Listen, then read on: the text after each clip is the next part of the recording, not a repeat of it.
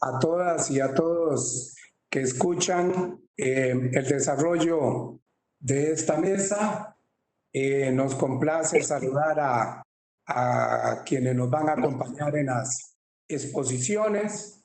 Mi nombre es Converti Rodríguez, coordinador de la Internacional de la Educación para América Latina. El título de esta mesa, el tema que vamos a desarrollar es Dinámicas de privatización educativa en los nuevos escenarios.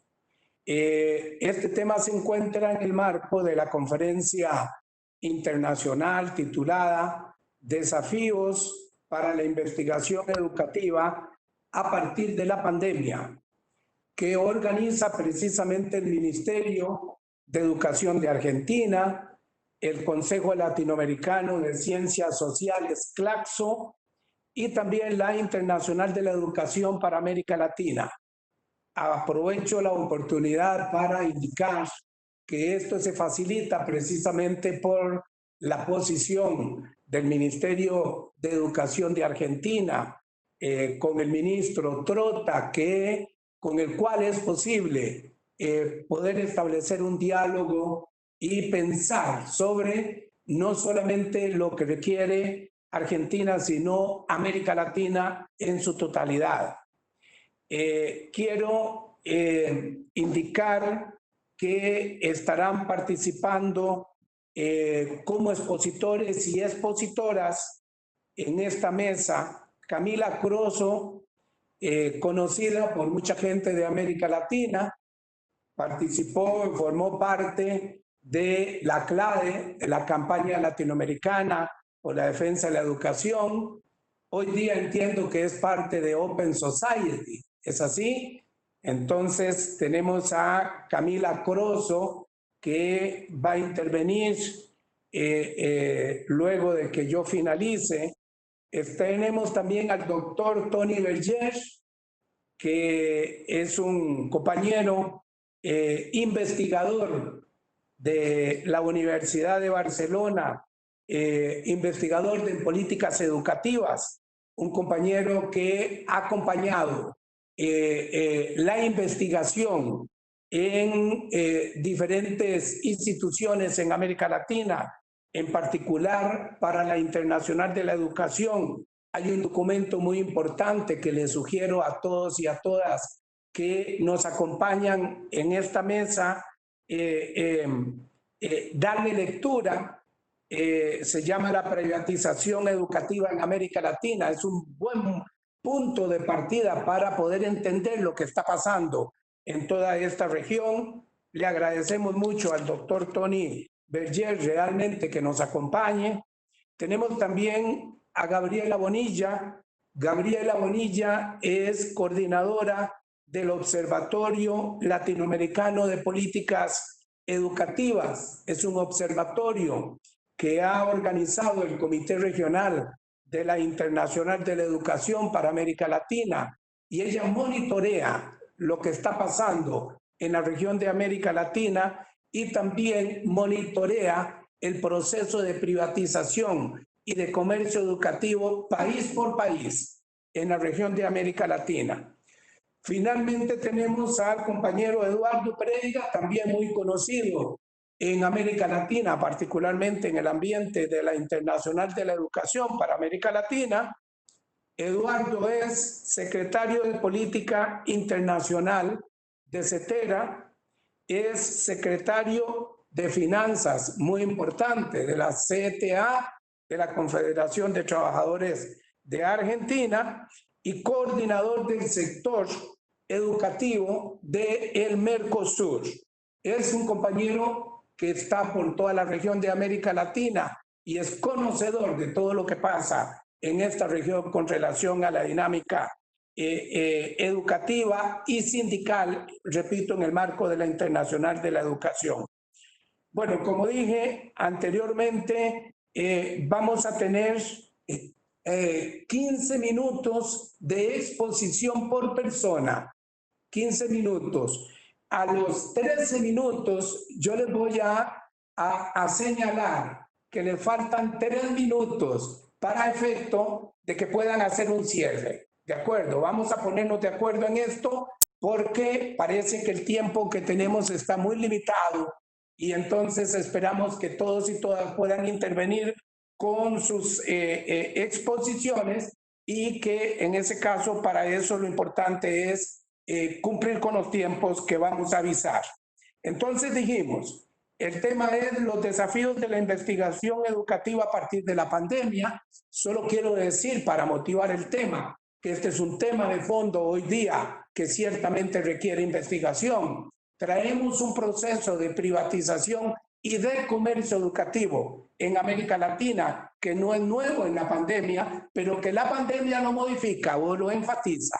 Y necesitamos todas las partes precisamente entender cómo esta pandemia modifica o acentúa este proceso de privatización y de comercio educativo en América Latina, que por supuesto no ha terminado la pandemia, que por supuesto que falta tiempo, no sabemos cuánto falta, pero tenemos que advertir, y este es un momento clave precisamente para advertir lo que requerimos conocer en este periodo durante la pandemia con relación a este proceso de privatización y de comercio educativa. Y tenemos aquí personas precisamente que conocen y pueden aportar en estos términos. Entonces le doy los 15 minutos primero a la compañera Camila Croso para que se refiera al tema. Camila, te avisaré a los 12 minutos, ¿de acuerdo?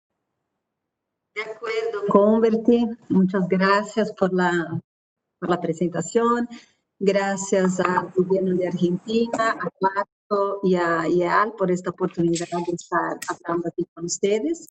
Como dijo Converti, yo fui coordinadora de la CLADE hasta este mes, hasta inicio de julio. Y también estoy haciendo el doctorado en la Universidad Estadual de Campinas, Unicampi, en donde estoy estudiando un aspecto particular de la privatización que yo voy también a abordar aquí. Entonces, principalmente desde este lugar de investigadora de Unicamp, que yo estoy hoy compartiendo algunas reflexiones y también con base a lo que fui aprendiendo a lo largo de la vida CLADE. Entonces, yo quisiera centrar mi intervención especialmente en dos aspectos de dinámicas de privatización. Nuestra mesa se llama Dinámicas de Privatización en los Nuevos Escenarios. Entonces, yo pensé en subrayar dos ejes por el tiempo que tenemos de 15 minutos, ¿no? Y también hablando principalmente desde una perspectiva más de tendencias globales, ¿no? Yo estoy totalmente de acuerdo con Converti respecto al hecho de que la pandemia ha acentuado aún más o abre aún más margen para una privatización más intensa, una comercialización, una búsqueda de lucro aún más intensa. En Brasil se lanzó recientemente un estudio hecho por Oxfam que muestra cómo durante el periodo COVID los billonarios ganaron mucha plata, mientras sabemos todo el impacto que COVID tiene en la población como un todo. Entonces, desafortunadamente, se acentúan las tendencias de desigualdades y se acentúan también las tendencias hacia la privatización. Así que enhorabuena este diálogo y qué bueno que tenemos ahí esta oportunidad de charlar.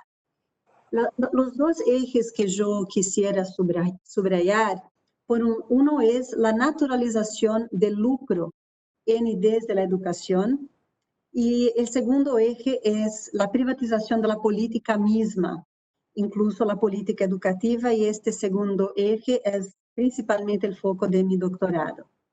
Con respecto a la naturalización del lucro desde la educación, hay dos dimensiones que quisiera subrayar.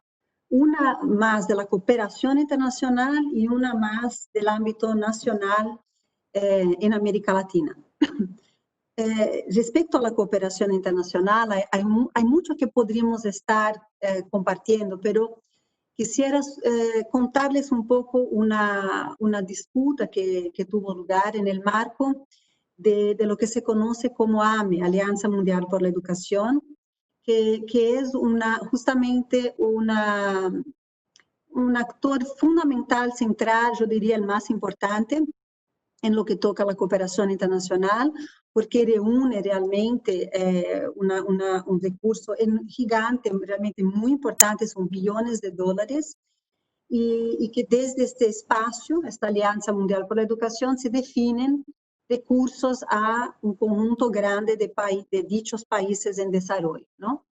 Y en este escenario de Alianza Mundial por la Educación, hubo el año pasado, un marco muy importante porque se puso sobre la mesa un debate que era la posibilidad de transferir recursos de la cooperación, que son recursos públicos, a el sector privado con fines de lucro. Esa fue a mí me sorprendió mucho que eso entró en la pauta. Sí se sabe, ya se venía hablando, ¿no?, de transferencia de recursos públicos al sector privado sin fines de lucro, que también amerita un estudio enorme, porque muchas veces entidades dichas sin fines de lucro realmente, si uno averigua bien, tienen conexiones y maneras también de estar lucrando o ellas mismas o trasladando recursos ellas a otras organizaciones que sí son con fines de lucro. Entonces hay que abrir un poco esta caja sin fines de lucro para entender un poco mejor si de hecho son sin fines de lucro. Pero lo que se puso sobre la mesa en la AME, en este Fondo Billonario de Cooperación Internacional, era directamente la transferencia de recursos públicos al sector privado con fines de lucro. Eso no es poco, porque nosotros como activistas e investigadores tenemos que prestar atención a cómo eso se naturaliza. Esa naturalización es lo que me llamó mucho la atención y me preocupó mucho, y se pudo realmente frenar esta decisión terminó no pasando. Se hizo una gran movilización que fue impulsada, por un lado, por actores de la sociedad civil presentes, por la Internacional de la Educación que estaba ahí, que fue fundamental junto con nosotros, con, digamos, este campo. Particularmente Suecia tuvo un rol fundamental en un país en donde el lucro en la educación es prohibido, ¿no? Y también, por suerte, también la UNESCO apoyó este freno. Y al final lo que sucedió en aquel espacio, en aquel momento, fue un gran debate y una reafirmación de la importancia de usar recursos públicos para fortalecer los sistemas públicos de educación. Eso fue muy importante porque se frenó un proceso y a la vez se reafirmó la importancia de la educación pública.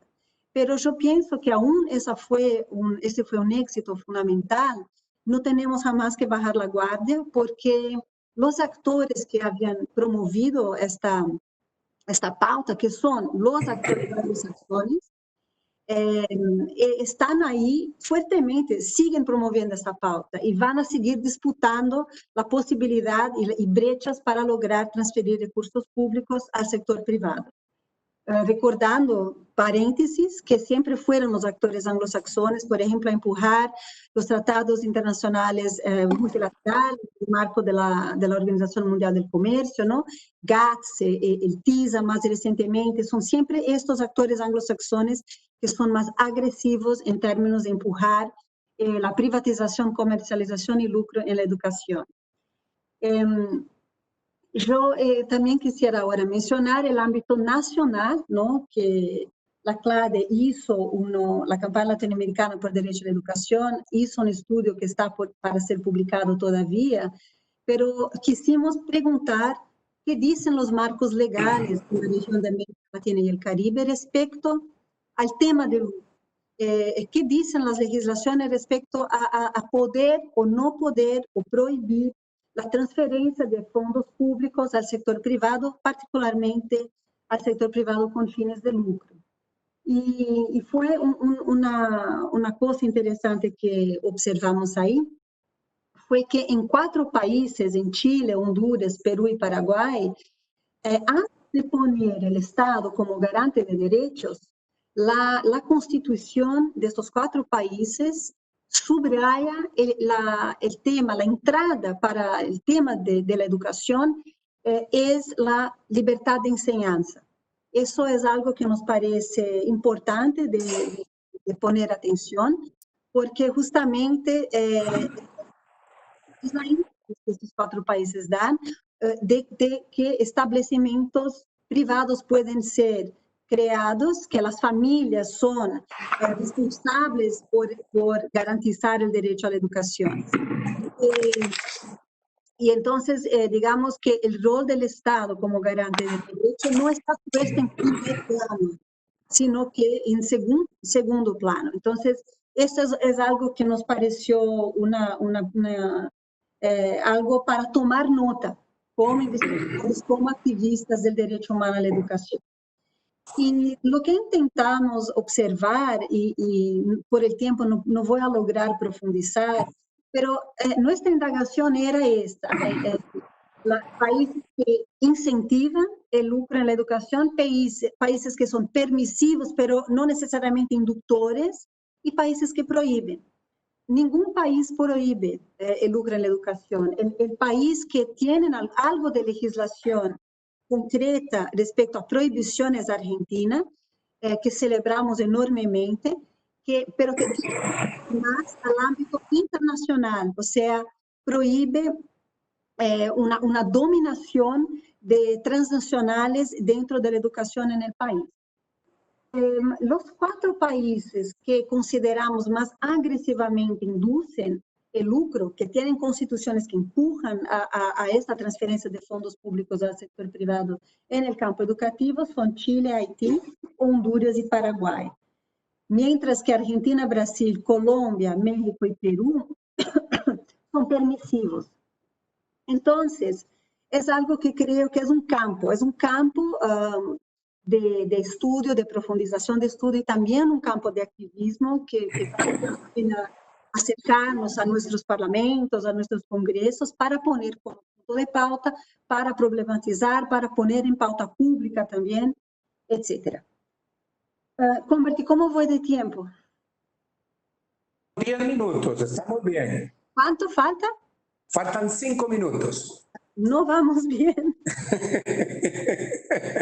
Entonces, yo voy a mencionar muy rápidamente, qué pena, pero bueno, este otro eje de nuevos escenarios, que al final tampoco está nuevo para nada, como voy a contarles, pero que creo se consolida cada vez más, que es esta idea de privatización de la misma política, ¿no?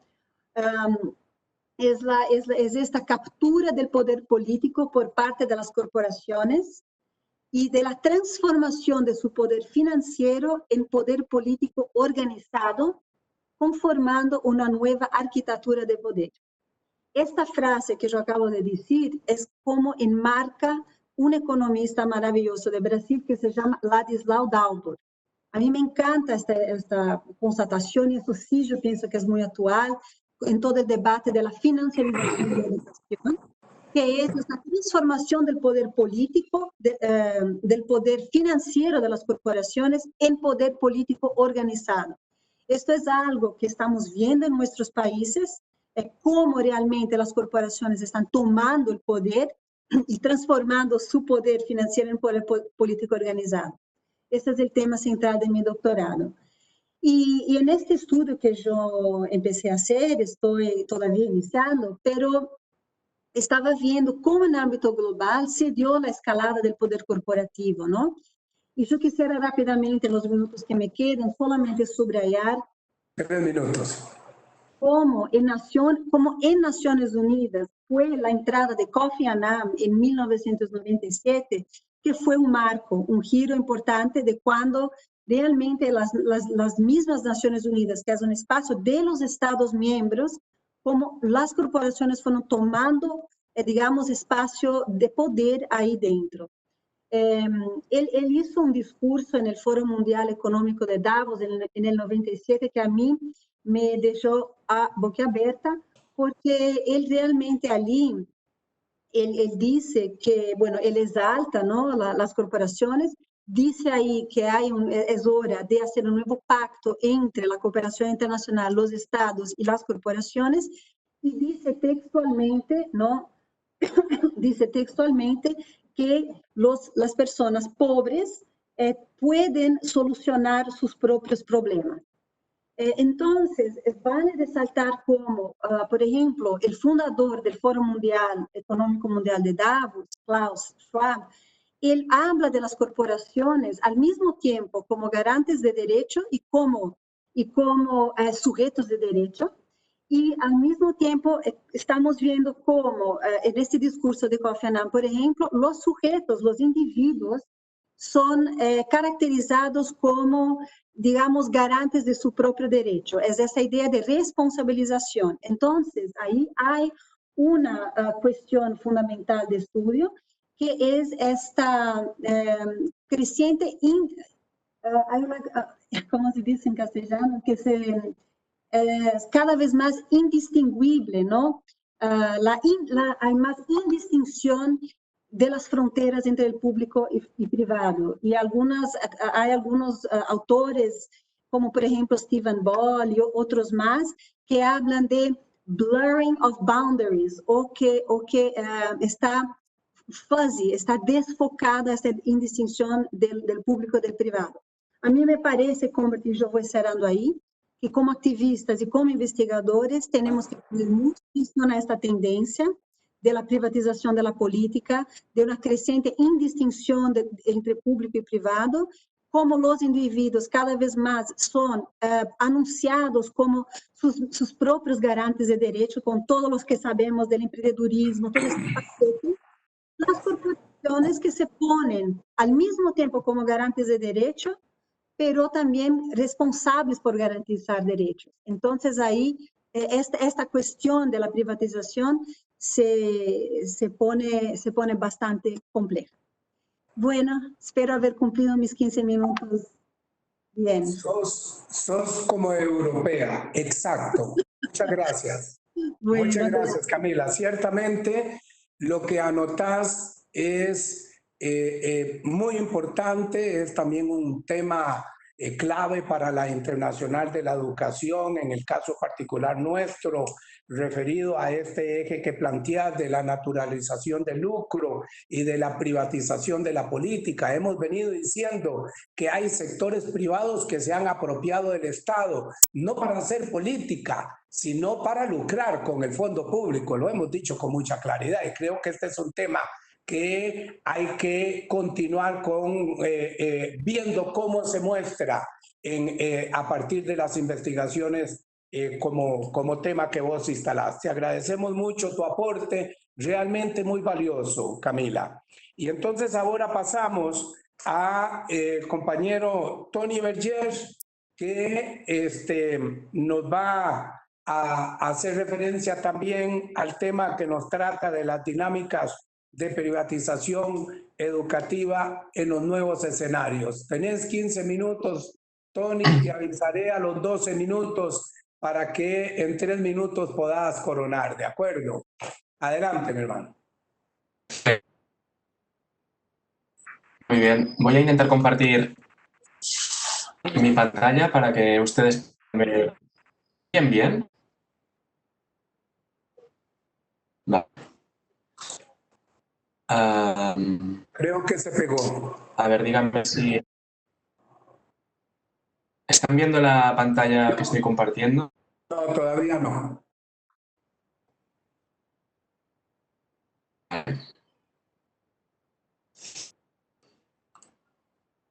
¿Ahora qué tal? No, no se ve la pantalla. Vale.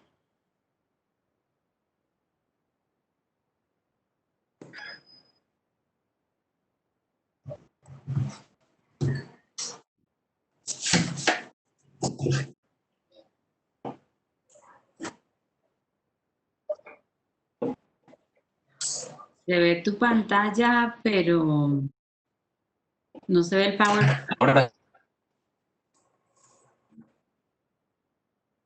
Vale. Bueno, a ver si... ¿Y me oyen bien, más o menos? Te escuchamos perfecto. Yo creo que te va a tocar narrarlo, exponerlo y no presentar la pantalla, me parece, porque Creo que hay un problema. Sí, no hay ningún problema. Sí, a lo mejor es que la conexión es débil y no Creo acaba de que sí. funcionar. Sí. Vale.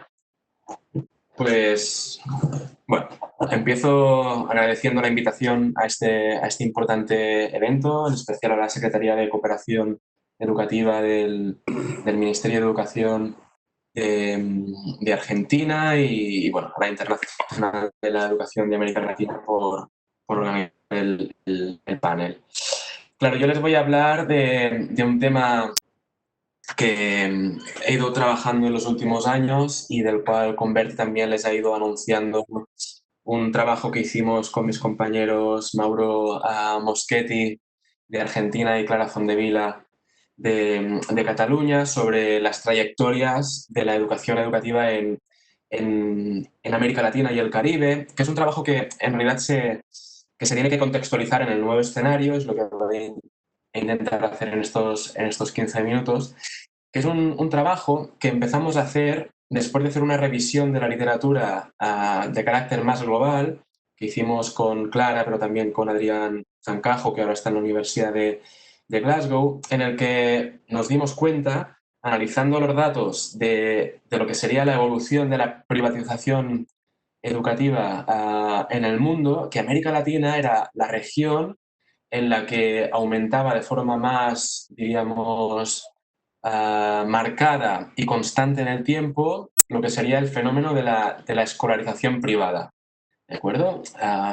Por privatización de la educación podemos tratar diferentes fenómenos porque es un tema que tiene muchas aristas, muchas caras. Sin duda, en el contexto actual de pandemia global, habría que hablar muchísimo de todo el fenómeno de la digitalización y de cómo hay una industria educativa global muy interesada en vender servicios a las escuelas, a las familias, de aprendizaje, de análisis de procesos de aprendizaje, dataficación, etcétera, etcétera. Es un tema que la Internacional de Educación ha trabajado recientemente. Hay un informe que les recomiendo que ha sido publicado por Ben Williamson y Anna Hogan, que contribuye de forma muy importante a esta perspectiva de la privatización que sin duda es muy importante y cada vez es más relevante.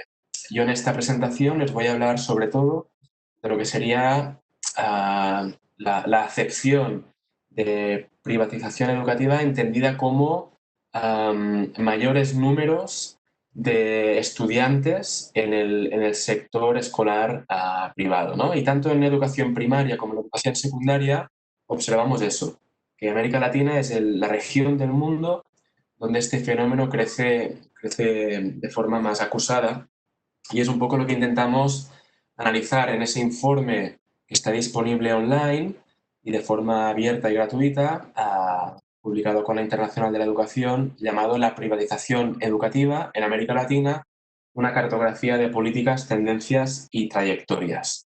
Ahí lo que vimos es que no se puede hablar en América Latina de una tendencia única a la privatización, sino que hay realidades muy diferentes país por país.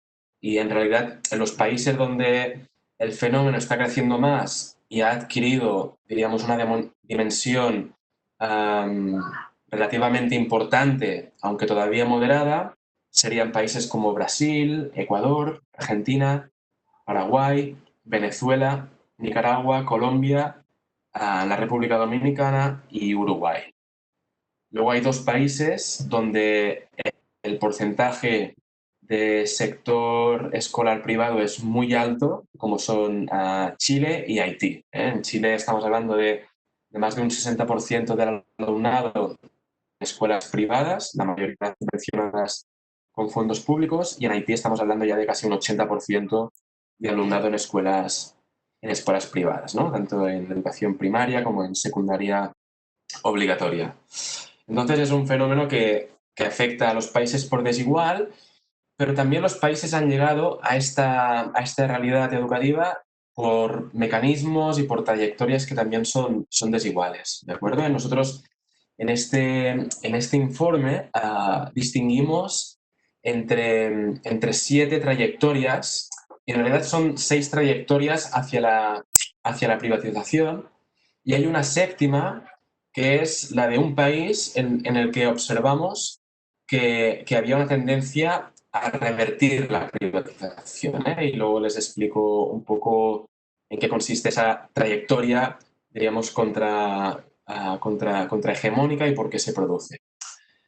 En realidad, las primeras trayectorias, o la primera trayectoria es quizás la más conocida, la más bien documentada, que es el caso de Chile, que es un caso muy excepcional a nivel mundial, en el que la privatización del sector educativo se produce por diseño y por una reforma marcadamente neoliberal con la que se pretendía transformar el rol del Estado en la educación de forma estructural, de manera que el Estado adoptara un rol más subsidiario y la provisión educativa se dedicara a financiar la educación tanto pública como privada a través de mecanismos competitivos como es el sistema de voucher y dando libertad de elección total a las familias, ¿no? Y desde los años 80 se ha creado una dinámica muy competitiva en este sistema educativo que ha favorecido una expansión muy grande del sector educativo privado y una segmentación muy grande de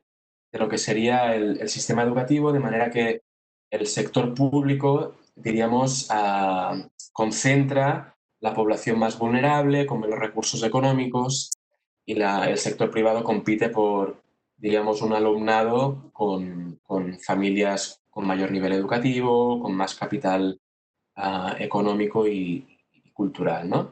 Es interesante que es el caso más radical de privatización, pero también aquel en el que se están intentando introducir reformas más contundentes para revertir esta tendencia. Y de hecho, Chile ahora está inmerso en un proceso de reforma educativa con la que limitar el lucro, a favorecer la gratuidad y limitar la competición por estos alumnos más deseables entre las escuelas con un sistema de elección más centralizado, ¿no? Y luego les explico un poco más si esto puede contribuir a revertir la privatización o no. Esto sería como la primera trayectoria, que es como la más, diríamos, marcada y más histórica.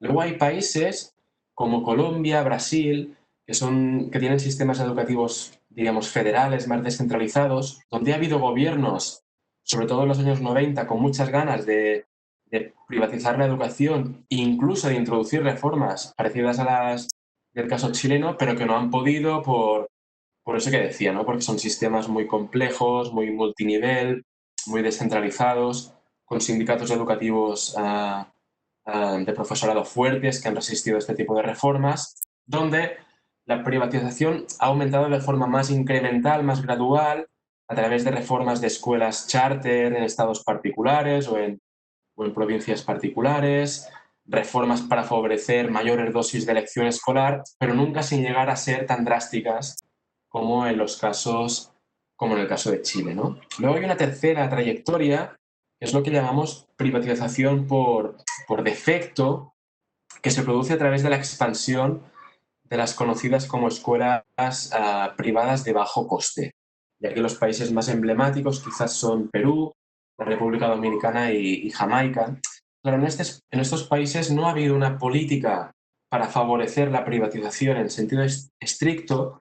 Lo que ha sucedido es que el Estado ha sido más bien pasivo a la hora de responder a una demanda educativa creciente. Y lo que ha sucedido ha sido que esa pasividad ha dado pie, ha permitido que una serie de actores, escuelas privadas, normalmente de bajo coste, de una calidad relativamente baja, han cubierto esa demanda porque el Estado no lo ha hecho antes, ¿no? Aquí ha habido un problema de planificación muy claro que ha favorecido esa emergencia de escuelas privadas de bajo coste. Por lo tanto, no hay una reforma explícita para favorecer la privatización, pero esta se ha dado de forma muy contundente en núcleos urbanos de ciudades como Lima, para poner el caso más bien documentado.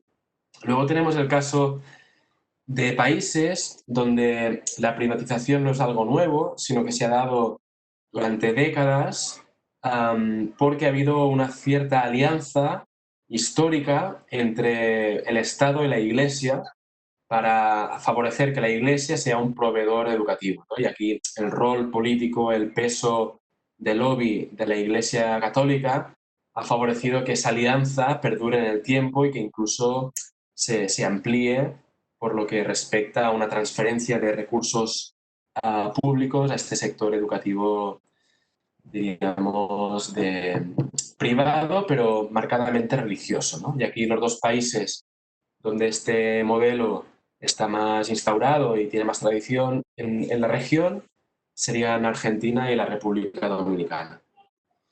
Luego hay unos casos que son particularmente interesantes, no tanto por la dimensión a lo mejor que han tenido a nivel de expansión de la privatización, pero sí por las características del mecanismo, que es lo que llamamos la privatización por la vía del desastre, ¿vale? Estos son países en los que ha habido una catástrofe natural o un conflicto, diríamos, de guerra civil, que ha sido aprovechado por agentes que promueven reformas educativas para introducir mayores dosis de privatización, de financiación pública al sector privado.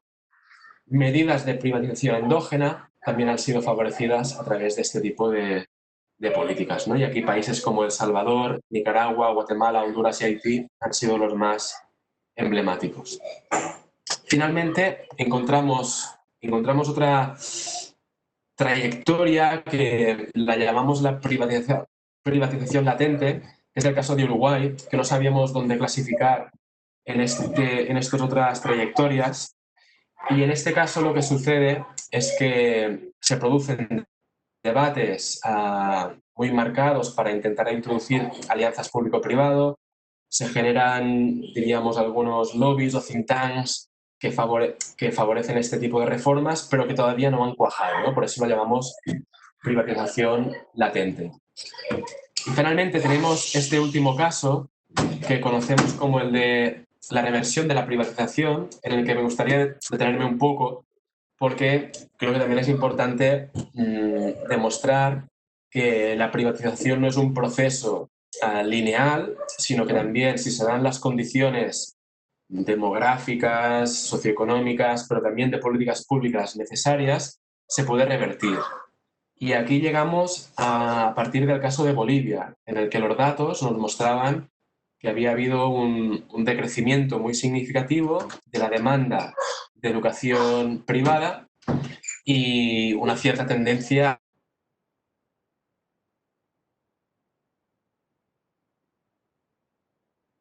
explorando un poco el tema para intentar entender qué políticas públicas se habían instaurado. Lo que pudimos ver es que en Bolivia, en un periodo de 10-15 años, ha habido un aumento muy importante de inversión pública en educación, un descenso muy relativo de la conflictividad laboral en el campo educativo, que era muy importante en periodos anteriores, y de esta manera se erosiona también una de las ventajas comparativas del sector privado, que es que no se producen huelgas y hay muchas más horas lectivas para los alumnos. Se limitó también muchísimo lo que serían las cuotas que podían cobrar los centros privados, con lo cual se generaba una pérdida progresiva de rentabilidad en este sector.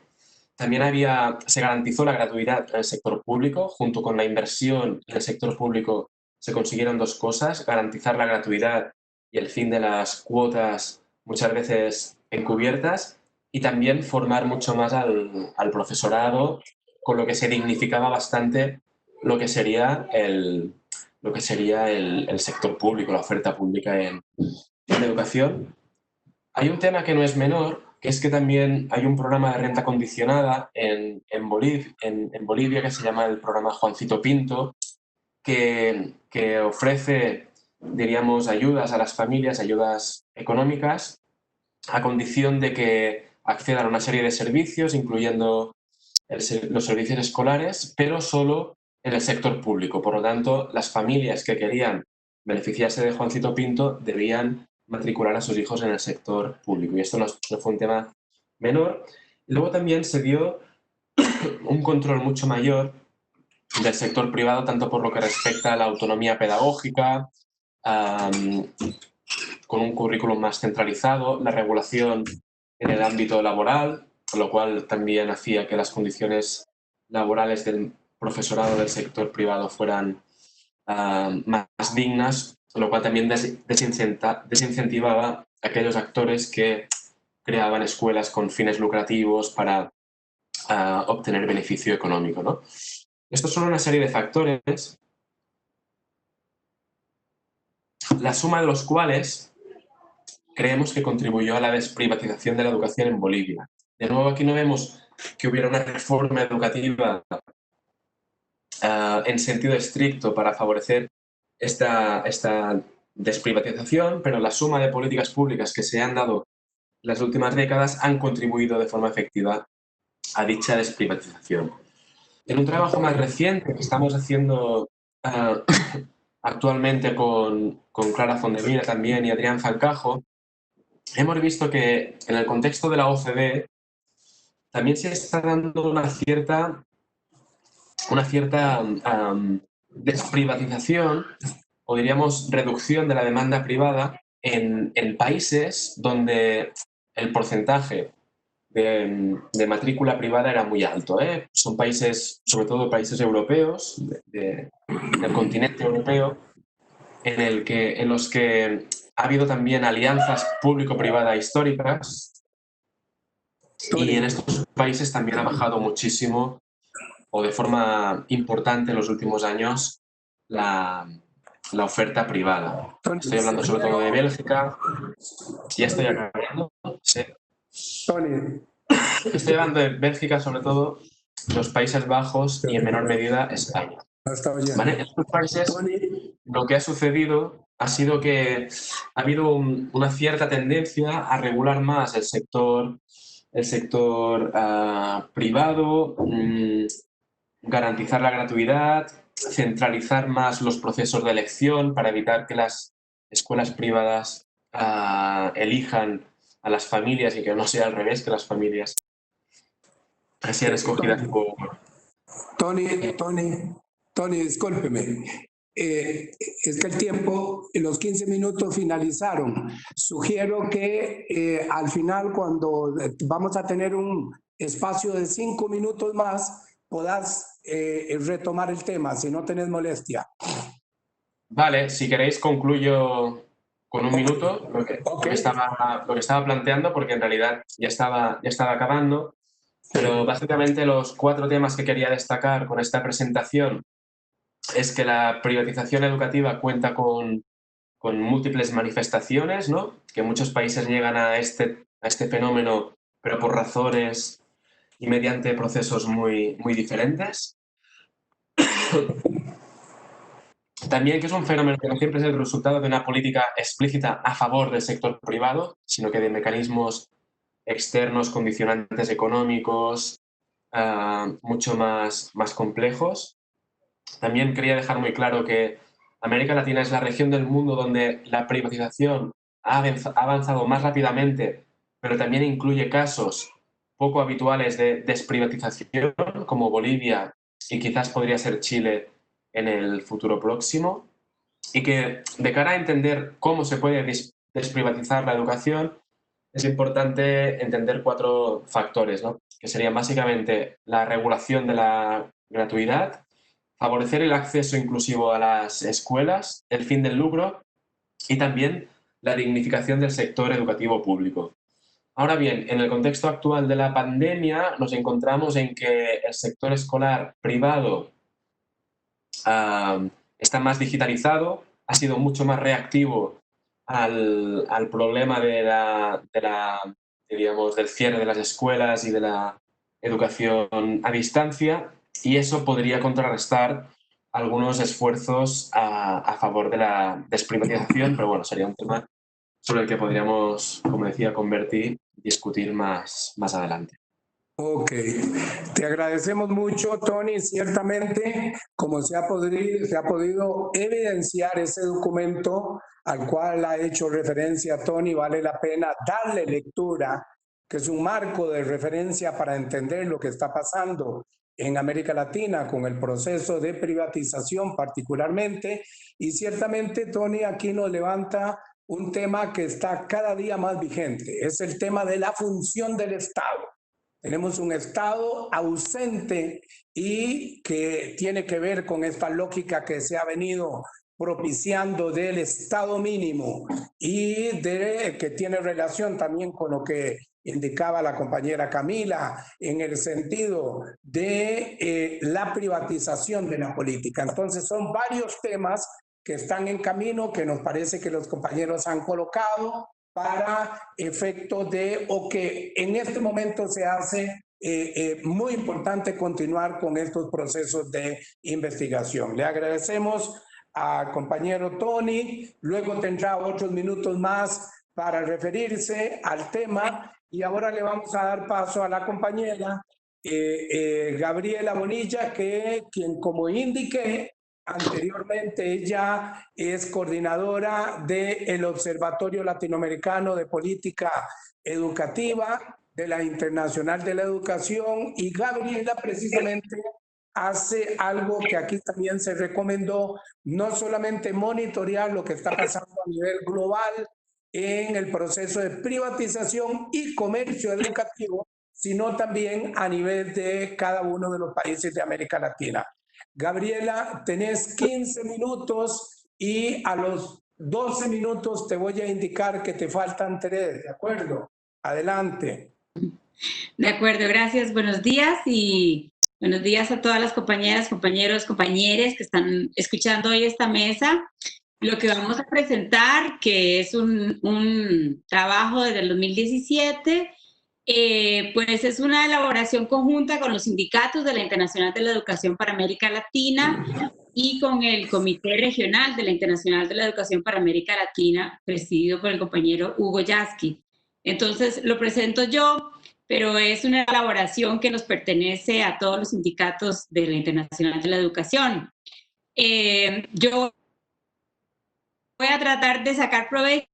No hubo filminas anteriormente, quisiera saber si están viendo la presentación, porque tal vez sí les quiero presentar visualmente esta discusión que estamos llevando en el Observatorio Latinoamericano de Políticas Educativas. Lo mencionaba hace un ratito, bueno, con Berti, Camila también. Estamos observando un hilo conductor en el comercio educativo antes y después de la pandemia. Sentimos que los escenarios pueden ser nuevos para nosotras y nosotros como comunidad educativa, más no para los negocios. Tal y como lo decía Camila hace un ratito, estamos observando unas tendencias que son globales, pero también nacionales, que favorecen ese comercio educativo. Y, por ejemplo, la privatización de esta política educativa la hemos podido identificar en los países de la región a través de las leyes de educación que favorecen el traspaso de fondos públicos a los sectores privados, ministerios de educación profundamente expertos en alianzas público-privadas y con un gran know-how de cómo comprarle servicios a grupos privados y a ONG, nuestros países aceptando unas agendas educativas que ya vienen prefabricadas en los acuerdos de endeudamiento y de préstamos con el Banco Mundial y con el BID, que en general se establecen en reformas educativas, una serie de beneficios fiscales para las empresas que hagan donaciones a la educación, y estos beneficios fiscales a su vez favorecen el establecimiento de clústeres educativos, que son cadenas de servicios educativos que se juegan en el ámbito público de la educación. Y luego hemos observado que en los países operan los consejos nacionales de educación, que se constituyen en ámbitos supraministeriales, y lo que señalaba Tony hace un ratito, ¿no? En estos consejos nacionales de educación están presentes los grupos religiosos que tienen negocios en educación y los grupos privados y la cooperación internacional. Ahora, también hemos estado observando que hay una línea narrativa que se mantiene en ataque a la educación pública que favorece los negocios.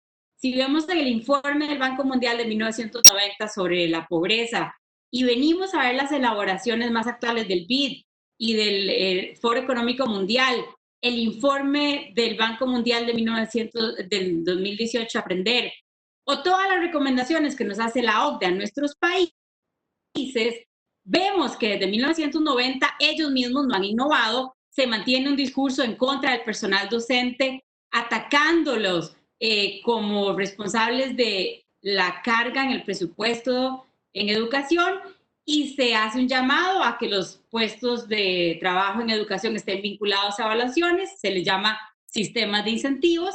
Hemos visto también reiterado desde 1990 el llamado a que los currículos educativos se limiten a fortalecer matemática y lengua, y esto además ha estado pegado a reformas en educación secundaria o media, que además traen un fuerte énfasis en habilidades blandas y educación por competencias.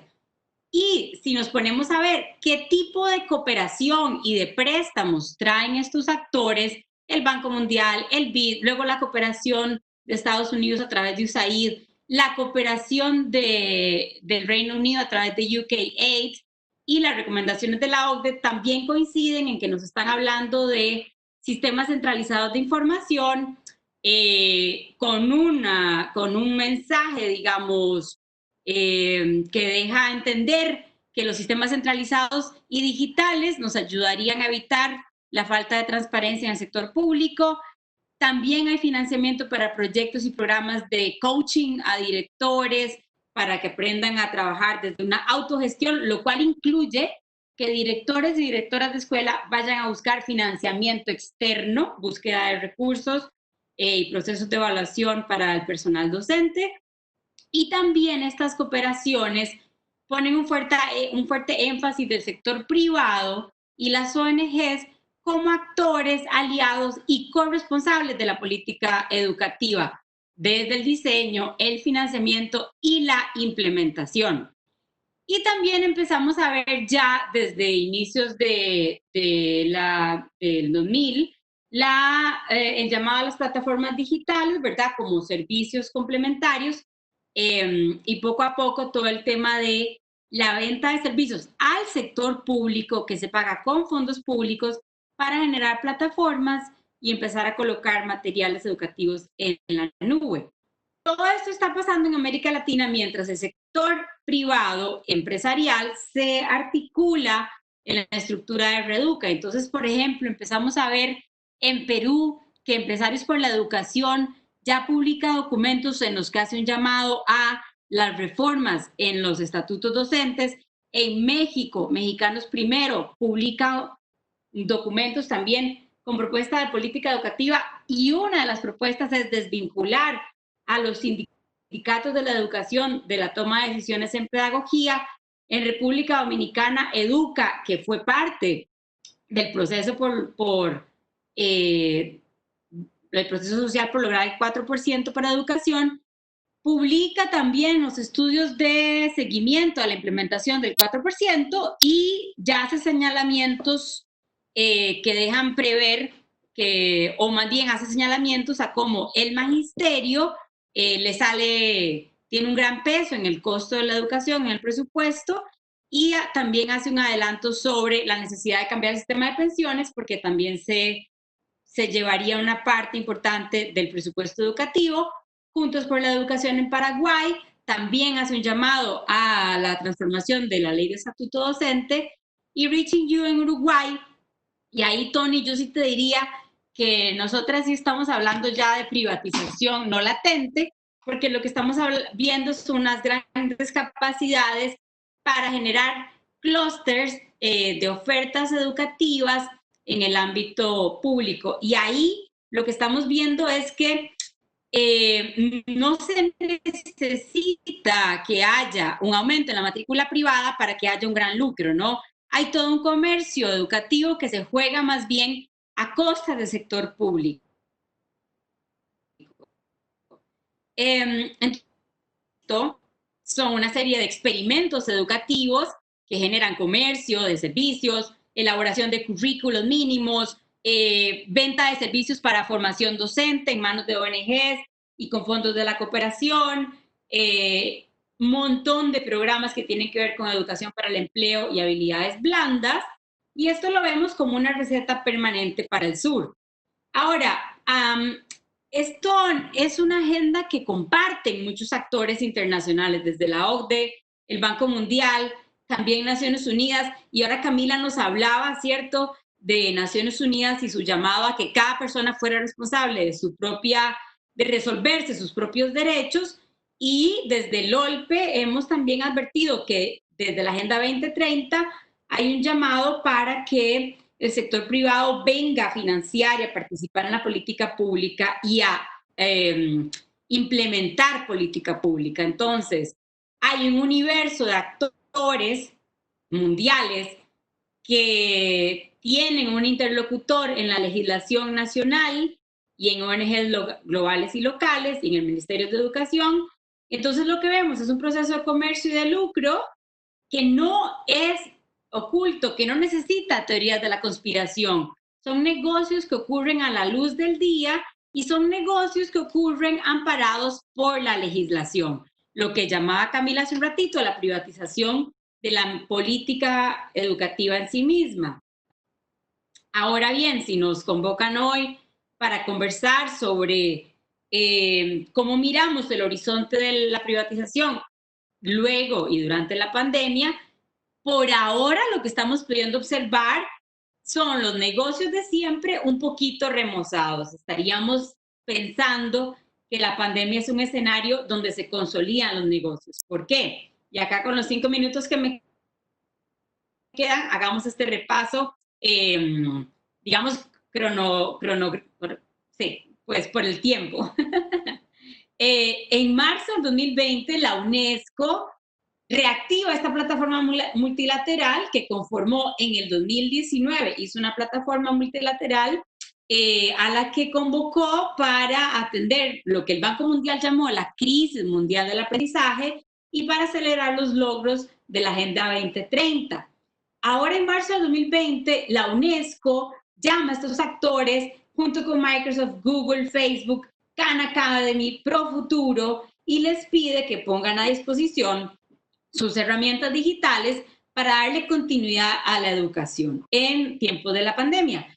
En América Latina hemos observado que Profuturo, que es la fundación de la Telefónica Movistar, que es una empresa transnacional de telecomunicaciones, bueno, Profuturo tiene ya prefabricados contenidos educativos, metodologías de enseñanza que están todos colocados en la nube. Y en marzo del 2020 lo que se firma es un acuerdo en el que UNESCO le agradece a esta transnacional de telecomunicaciones y a su fundación que ponga al servicio sus materiales ya prefabricados. El 6 de abril de 2020, en el blog del Banco Mundial, se vuelve a colocar la discusión de cómo las personas trabajadoras del sector público son mucho más caras que los trabajadores del sector privado, se les llama grupo privilegiado, se advierte que el 30% de este grupo privilegiado son del sector educativo y nuevamente el Banco Mundial, tal como lo hizo en 1990, lo que pone en debate la gran solución ante la pandemia serían otra vez reformas laborales en el sector público. Por eso decimos, son miradas viejas, remozadas en tiempos de la pandemia. También la OCDE, ahora en mayo del 2020, elabora este documento para los países en desarrollo y emergentes, y lo que propone es para el sector educativo que se refuercen las habilidades para el empleo y promover que los sistemas de educación estén centrados en soluciones tecnológicas, y de nuevo no son propuestas como ahora las venimos viendo, gracias, las venimos viendo en otras publicaciones. También en mayo de 2020, el BID, y acá me detengo con los 3 minutos que nos quedan, el BID saca este documento, la educación en tiempos del coronavirus, y hace como un diagnóstico, ¿no? Y dice que los obstáculos para que continúen los servicios educativos tienen que ver con que los ministerios de educación no tienen herramientas para planificar de manera remota y no hay mecanismos para educación a distancia. Esto es un banco, es el Banco Interamericano de Desarrollo. Es decir, cada diagnóstico que el banco haga es un nicho de negocio. ¿Aquí qué nichos hay?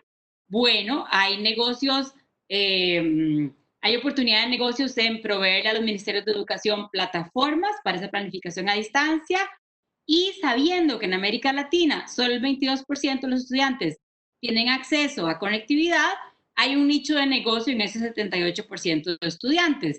Y lamentablemente el BID, con su mirada antipedagógica en este documento, coloca prioridades durante la pandemia y dice que lo que tenemos que hacer es abordar a como sea, a costa de lo que sea, el contenido curricular y hacer y mantener la evaluación y monitoreo de los aprendizajes, y además llama a un subsidio para mantener la matrícula en el sector privado. Y acá lo decía Tony hace un ratito, las escuelas privadas de bajo costo han sido uno de los trapitos de dominguear, digamos, una gran, sí, es un trapito de dominguear, es una campaña que tiene el BID ha financiado estos proyectos en América Latina, y estamos viendo una estampida, digamos, una exclusión por falta de pago de estudiantes de escuelas privadas de bajo costo hacia el sector público. Entonces, no en vano, el BID llama a que haya subsidios al sector privado. El BID le ponemos a está teniendo con nuestros ministerios de educación, y ahora en junio hubo el segundo encuentro de ministerios de educación de América Latina en el que participó la plataforma del sector privado Reduca. Entonces, cuando revisamos rápidamente estos, digamos, eventos, por eso es que nos parece que tendríamos que estar hablando y que estamos observando un hilo conductor, ¿no? Entonces, nos pueden traer y presentar estos negocios como si fueran innovadores, pero ciertamente es una política que ya venía prediseñada y la venimos observando hace varios años. Cambiaron los escenarios para las comunidades educativas, pero para los negocios ellos traen una agenda que se mantiene. Gracias, Converti.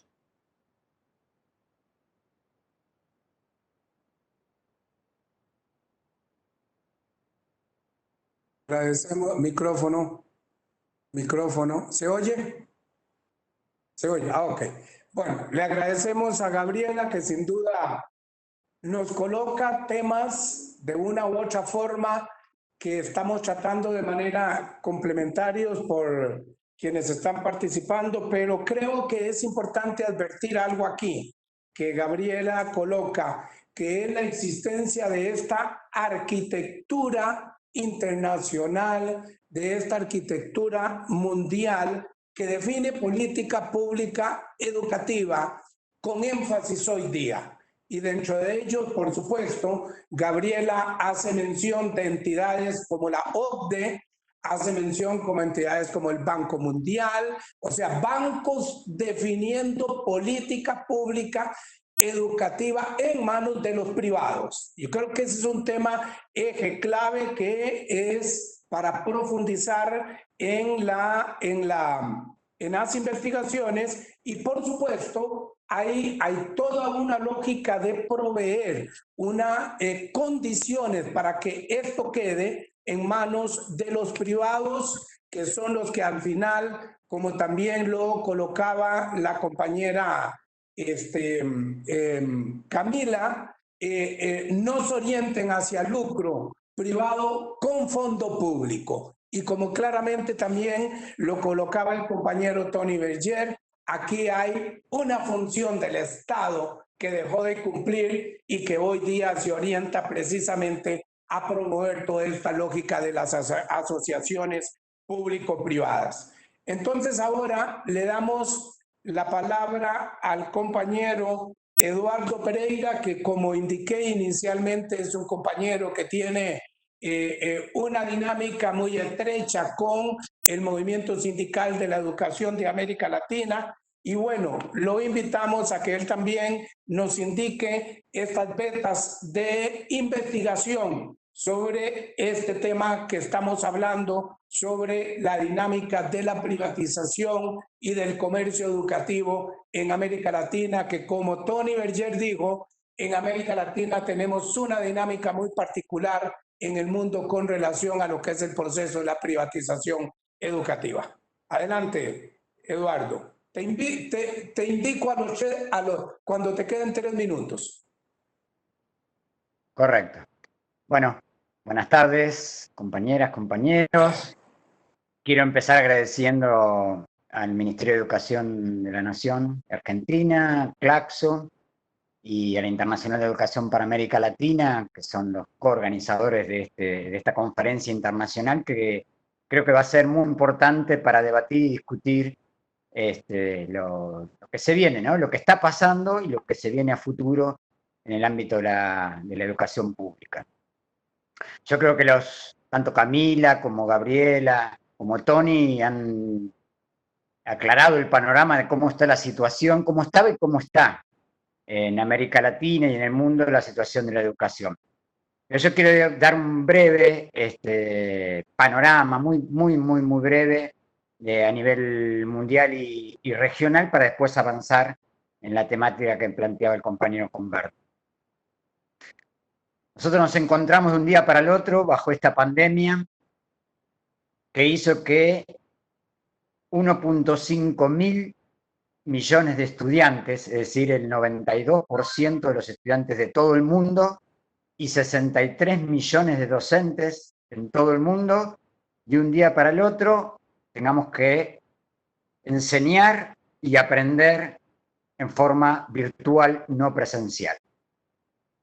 Algo absolutamente novedoso, original, nunca había sucedido en la historia, y quiero decir, porque no me lo quiero olvidar, lo que decía de entrada, yo me siento, y creo que los que estamos acá en este panel nos sentimos absolutamente orgullosos de la respuesta que han dado los millones de trabajadores de la educación en el mundo y especialmente en nuestra región tan devastada, poniéndose al hombro la educación, intentando garantizar que la mayoría de nuestros estudiantes, nuestros jóvenes, y nuestros niños y niñas tuvieran educación a pesar de esta pandemia.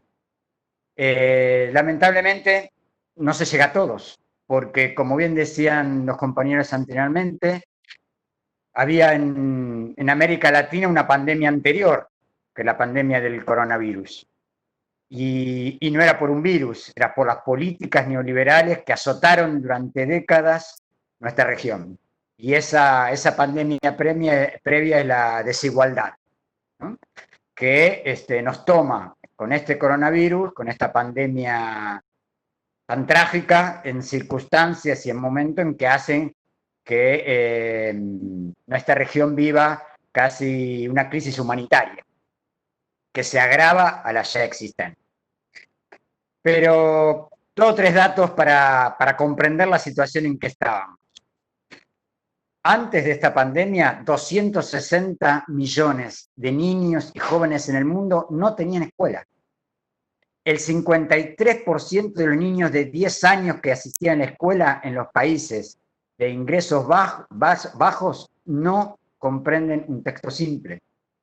En todo el mundo, el 50% de niños que están en preescolar, el 50% de los niños están en preescolar, es decir, nos falta otro 50% más, pero de ese 50%, solo el 21% está en los países de ingresos bajos.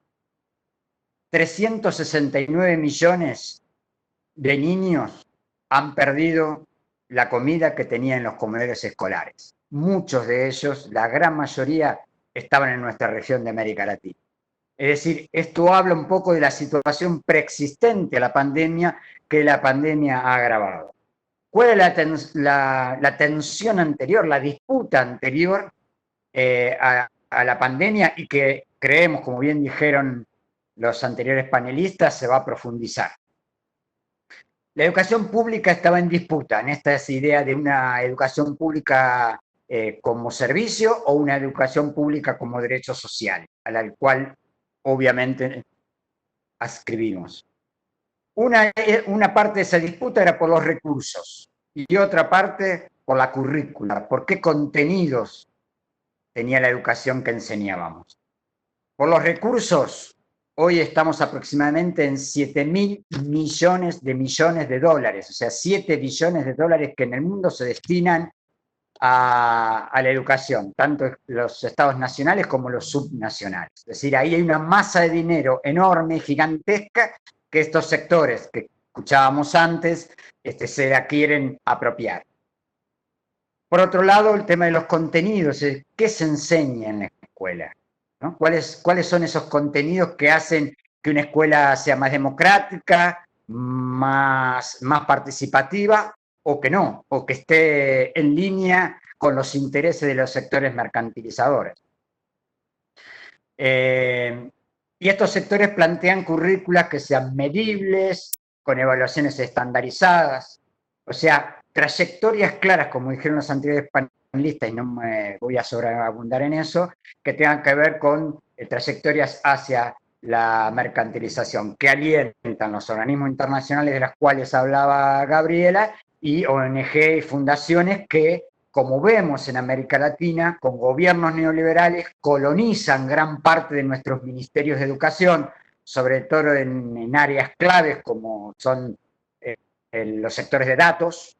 Sabemos que datos es poder, y el tema de la formación docente, que es otro lugar donde estos sectores han colonizado nuestros ministerios y han forjado propuestas pedagógicas a directivos y a docentes que incorporan esas concepciones de mercantilización de las que hablaban antes Tony y Camila y Gabriela. Ahora bien, ¿qué está pasando en este momento? Vemos que esas tendencias en los países gobernados por gobiernos neoliberales, que lamentablemente en América Latina son la mayoría, se están profundizando. Y la educación virtual, que para nosotros es una excepcionalidad por el momento específico en el que vivimos, para muchos gobiernos y para muchos de estos sectores es una ventana de oportunidad, una experiencia a cielo abierto, un laboratorio a nivel global de las cosas que antes les costaba incorporar, ahora ven un camino casi recto a poder ser incorporado a los ministerios y a las políticas públicas de muchos de esos gobiernos. Pero así como muchos de los docentes y muchos de los estudiantes no están recibiendo ni aún esta educación virtual, porque había elementos previos como la falta de conectividad o la falta para muchos docentes también de tener herramientas, tanto de formativas como tecnológicas, para dar esa educación virtual, han aumentado la desigualdad. Porque todos sabemos que la brecha digital es directamente proporcional a la brecha material de la sociedad, ¿no? Estamos viendo 4 elementos en América Latina, hay que investigarlo, hay que profundizarlo, y de eso vamos a hablar, si tengo tiempo, un poquito más tarde, que se están advirtiendo. Uno, con respecto a nuestros compañeros docentes, trabajadores de la educación, que la educación virtual se ve conflictivizada por la convivencia del trabajo virtual con las tareas y demandas domésticas y familiares.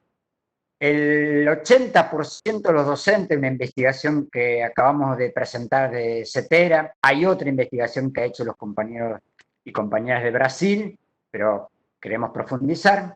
El 80% de nuestros compañeros y compañeras están diciendo que esta educación virtual ha aumentado su carga laboral. Es decir, hay más horas dedicadas ahora a la educación virtual que la que tenían cuando estaban dando clases presenciales. Eso sumado a como decía antes, la falta de conectividad o los graves problemas de conectividad que tenemos en nuestros países. El 30% de nuestros trabajadores de educación no tenían una computadora o un celular destinado para dar educación virtual, lo que provoca una dificultad para contactar a los estudiantes. El 53% de los docentes nos están planteando que tienen graves dificultades de contactar al 100% de nuestros estudiantes. Y en muchos países la insuficiencia salarial para incorporar computadoras o celulares que permitan esa conectividad con nuestros estudiantes. Es decir, estamos viendo ya me queda poco tiempo, pero estamos viendo las dificultades que esta educación virtual genera para muchos y muchas en nuestra región. Pero otros piensan diferente, otros piensan muy diferente. Hace poco tiempo hemos escuchado al gobernador de Nueva York planteando que tenemos miles y miles de escuelas, miles de edificios, infraestructura, docentes que van todos los días a esa escuela, estudiantes, lo que significa el transporte público, etcétera, cuando tenemos la tecnología para que eso no suceda más. Y le ha pedido a Bill Gates y a la Fundación Bill Gates y Melinda Gates para que encuentren la forma de dar educación de una manera virtual para que nunca más se usen las escuelas. Es decir, hay gente que está pensando que nuestro sistema educativo presencial, con esa cosa tan básica, tan esencial para los docentes, las docentes y también para nuestros estudiantes, que es la pedagogía del contacto, de la cercanía, del poder vernos cara a cara, del afecto, del abrazo, que hoy lamentablemente no podemos dar, pero que eso no suceda nunca más. Y que sea una educación individualizada, virtual, descontextualizada para el futuro. Bueno, estas son algunas de las líneas que están pensando estos mercantilizadores de la educación. Hoy hay un debate a nivel mundial con respecto a qué es y a dónde puede llevar la inteligencia artificial. Y 5 o 6 cosas que se están debatiendo a nivel mundial. Me quedan 3 minutos, así que lo voy a hacer muy breve. Las automatizaciones de los lugares de trabajo y los servicios públicos. Las formas algorítmicas de sesgo y discriminación. Reproducción automatizada de desigualdades y desventajas. Regímenes de vigilancia centrada en datos y perfiles. Desprecio por la protección de datos y la privacidad de las personas. Microfocalización política y comercial y fundamentalmente el poder de las corporaciones tecnológicas para controlar y dar forma a todos los sectores y espacios en los que ellos penetran, desde ciudades hasta las poblaciones y colectivos específicos. Eso también está en discusión en la escuela pública. Pero le digo a todos los compañeros y compañeras que nos están escuchando, así como un documento del propio Banco Mundial, no nuestro, del Banco Mundial, que se llama Profesores Excelentes, decía que no habían podido hacer las reformas educativas que ellos esperaban. Y cuando hablamos de reformas educativas, eran las reformas educativas neoliberales, que no se pudieron hacer en América Latina como ellos pretendían, producto de que había en América Latina organizaciones sindicales y colectivos de lucha por la educación pública en toda nuestra región. Lo impedimos con la lucha.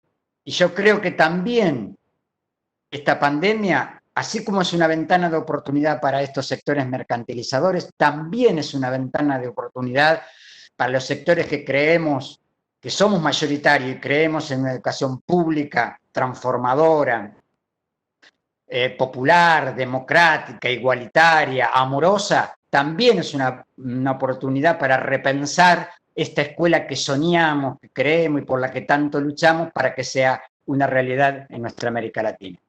Gracias.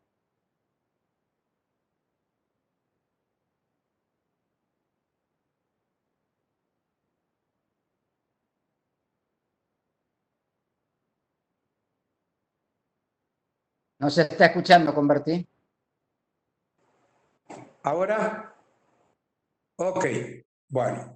Te decía, Eduardo, que muchas gracias por tu intervención y que sin duda, Eduardo nos coloca un tema absolutamente de actualidad, que precisamente nos coloca ese tema en el marco de esta pandemia. Es este tema que ha colocado hoy día transnacionales, privados, comercializadores, etcétera, en el sentido de la presencialidad versus virtualidad.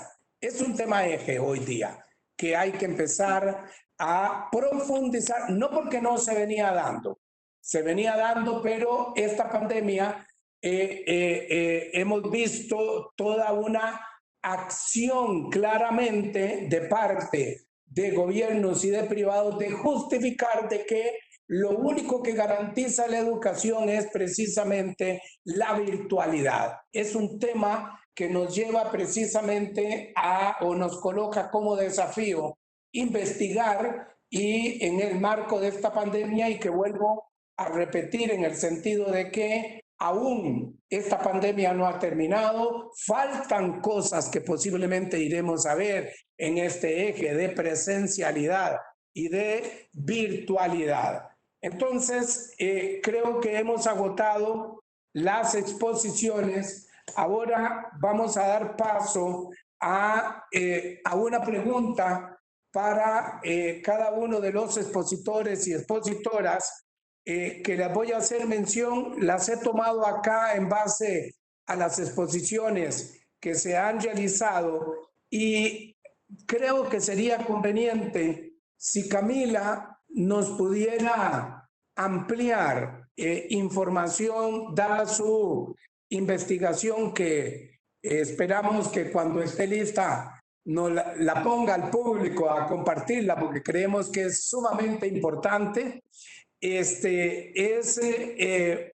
Tener una valoración de Camila sobre el impacto actual y futuro de las políticas precisamente de la OCDE, del Banco Mundial, de la ONU y de la misma UNESCO, en atención a las láminas que colocó precisamente Gabriela Bonilla, en términos de que están siendo, particularmente la ONU y la UNESCO, pareciera que tomada por esta visión privada para introducir lo privado en lo público.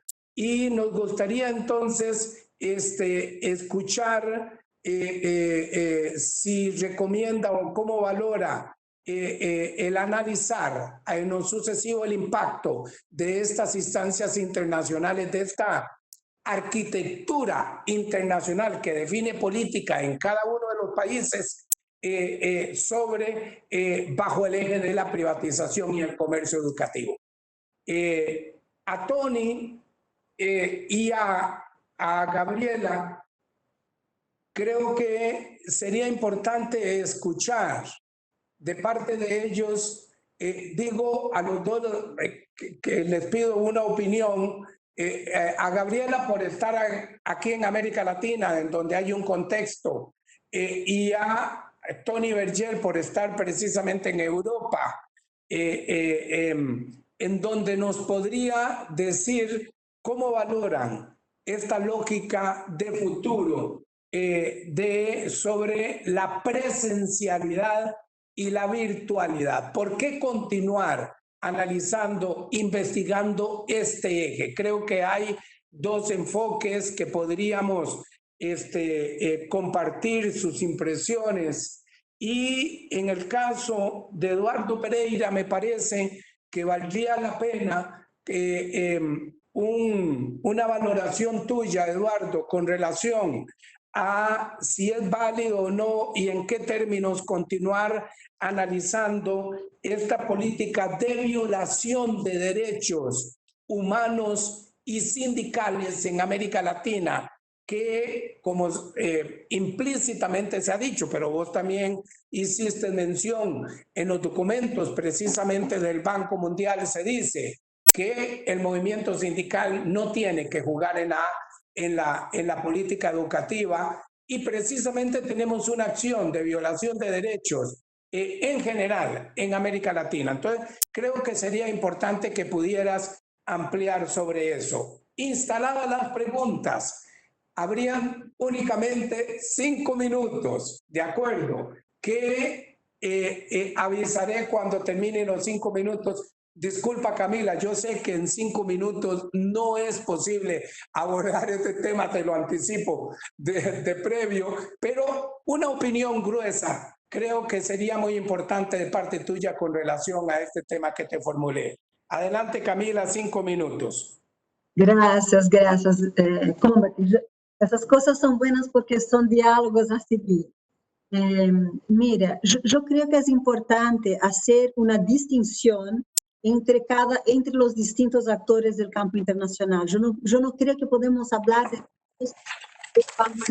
no pienso que sea así de mi investigación, pero también principalmente desde mi activismo, y creo que tenemos que prestar atención en otros que hablamos mucho menos y que tenemos que hablar mucho más, y ya voy a decir cuál. Pero yo pienso que el tema de la UNESCO y de la ONU, yo siento que ahí hay una disputa y que nosotros y nosotras tendríamos que relacionarnos con estos dos espacios, que son espacios multilaterales, en donde la base son los Estados miembros, son los Estados. Tenemos que luchar para que no avance, digamos, la influencia de las corporaciones de esta manera, porque en esta correlación de fuerzas, que como yo dije, Kofi Annan fue un marco de antes y después, se achica el multilateralismo. Y eso es tremendamente peligroso, y ahí se achica el multilateralismo, se achica el rol del Estado y se amplía, digamos, el poder de la corporación, toda la lógica de lucro. Pero yo siento que tanto en la ONU cuanto en la UNESCO nos toca pelear, serían aliados. Son, desde mi punto de vista, digamos, son terrenos disputados en donde tenemos que estar, digamos, buscando fortalecer la perspectiva de los estados como garante de derechos. Son espacios multilaterales, diferentes bancos, donde realmente los bancos tienen una agenda, como Gabriela bien dijo, y también Eduardo, que realmente ahí ellos imponen una agenda que es absolutamente clara desde siempre, y tienen sus articulaciones, hijitas, articulaciones, iniciativas que van plantando, como Reduca, que mencionó Gabriela, que es un fenómeno que es importante saber que también tiene su correlato en ámbito internacional. Reduca tiene la red global de empresarios por la educación, que inició el ex primer ministro de Inglaterra, Gordon Brown. Entonces, y este fenómeno yo no lo veo, no lo conozco en Asia, África y mundo árabe. Es algo que yo conozco en ámbito global, que es esta red que menciona ahora, y Reduca. Y ahí toda la articulación con los bancos, porque Reduca es un proyecto del BID, ¿no? Entonces, yo creo que hay que hacer esas distinciones de las organizaciones financieras multilaterales, como el BID, el banco y varias otras, y los espacios multilaterales, que son espacios donde la base son los estados. Convertir. Y creo que tenemos que prestar mucho más atención. Y dame 2 minutitos solo para mencionar esto. Es la dicha Comisión de Educación, Education Commission. Esta es una iniciativa de Gordon Brown, ¿okay? que inició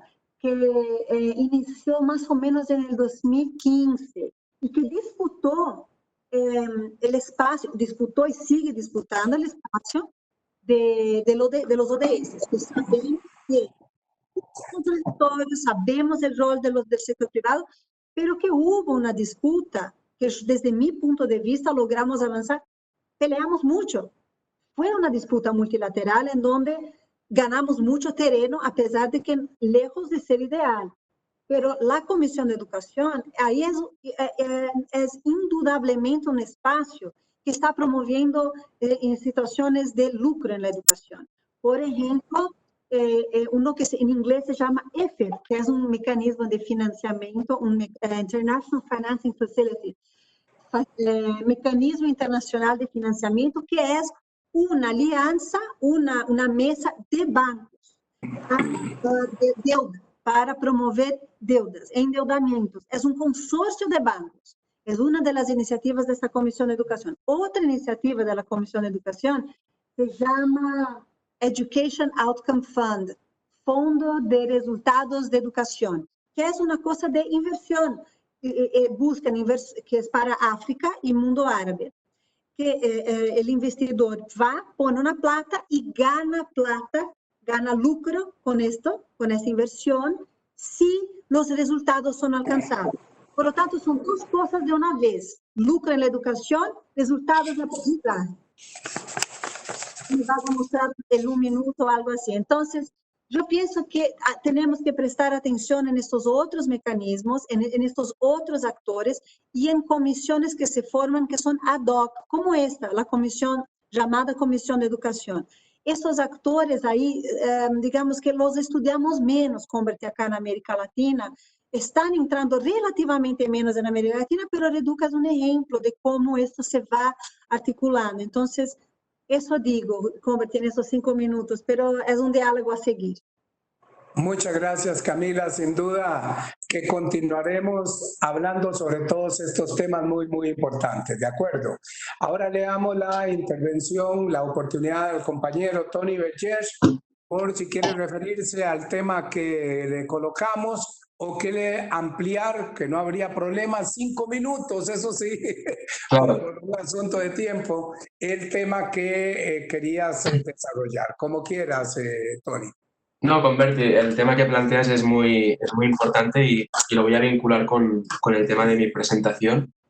Sin duda, la virtualización de la educación genera, bueno, es todo un fenómeno que por supuesto está vinculado con una agenda de investigación futura que es de primera relevancia, no solo por los temas ya conocidos de aumento de las desigualdades educativas y de oportunidades, sino porque plantea, al ser una nueva modalidad, o al menos su masificación representa una nueva modalidad de educación, genera cuestiones de gran relevancia académica, pero también política, por lo que respecta a temas como la autonomía docente, es decir, qué sucede con la autonomía de los docentes a la hora de tomar decisiones sobre temas básicos, ¿no? De materiales, cómo se evalúa, cómo se enseña, qué se enseña, en un contexto en el que la educación está más y más presente en plataformas digitales. Entonces, yo creo que ahí tenemos un primer tema al que tenemos que prestar mucha atención. Luego también los efectos de este tipo de plataformas digitales en las metodologías de enseñanza que se consideran más innovadoras, más progresistas, ¿no? Educación tipo basada en proyectos, menos academicista. ¿Cómo se puede...? Yo creo que estamos a años luz de poderla reproducir en un entorno virtual, ¿no? Son un tipo de educación que necesita del contacto entre el equipo, no solo entre equipos docentes, sino también entre el alumnado, relaciones presenciales de empatía, que es muy difícil que se puedan reproducir en el corto plazo en un entorno de virtualización. Y luego hay todo un tema que autores como Bob Lingard ya han planteado, ¿no? Porque todo el tema de la dataficación, virtualización está muy avanzado en el entorno anglosajón y en países como Australia en concreto. ¿Qué pasa con la privacidad de los datos de los niños y niñas, ¿no? ¿Dónde se almacenan estos datos que se van a gestionar de forma masiva en plataformas digitales? No solo datos de rendimiento, sino datos de comportamiento. ¿Quién podrá tener acceso a estos datos? ¿Tendrán los estudiantes derecho a que se borre este historial? ¿Podría ser que hubiera empresas interesadas en conocer este historial y compraran estos datos para poder seleccionar a su personal de forma más eficiente en base a variables que seguramente van a poder ser capturadas, ¿no? En ese tipo de plataformas? Todo eso está muy desregulado, todavía falta debate público y por supuesto, investigación científica para poner un poco más de luz a este tema, ¿no?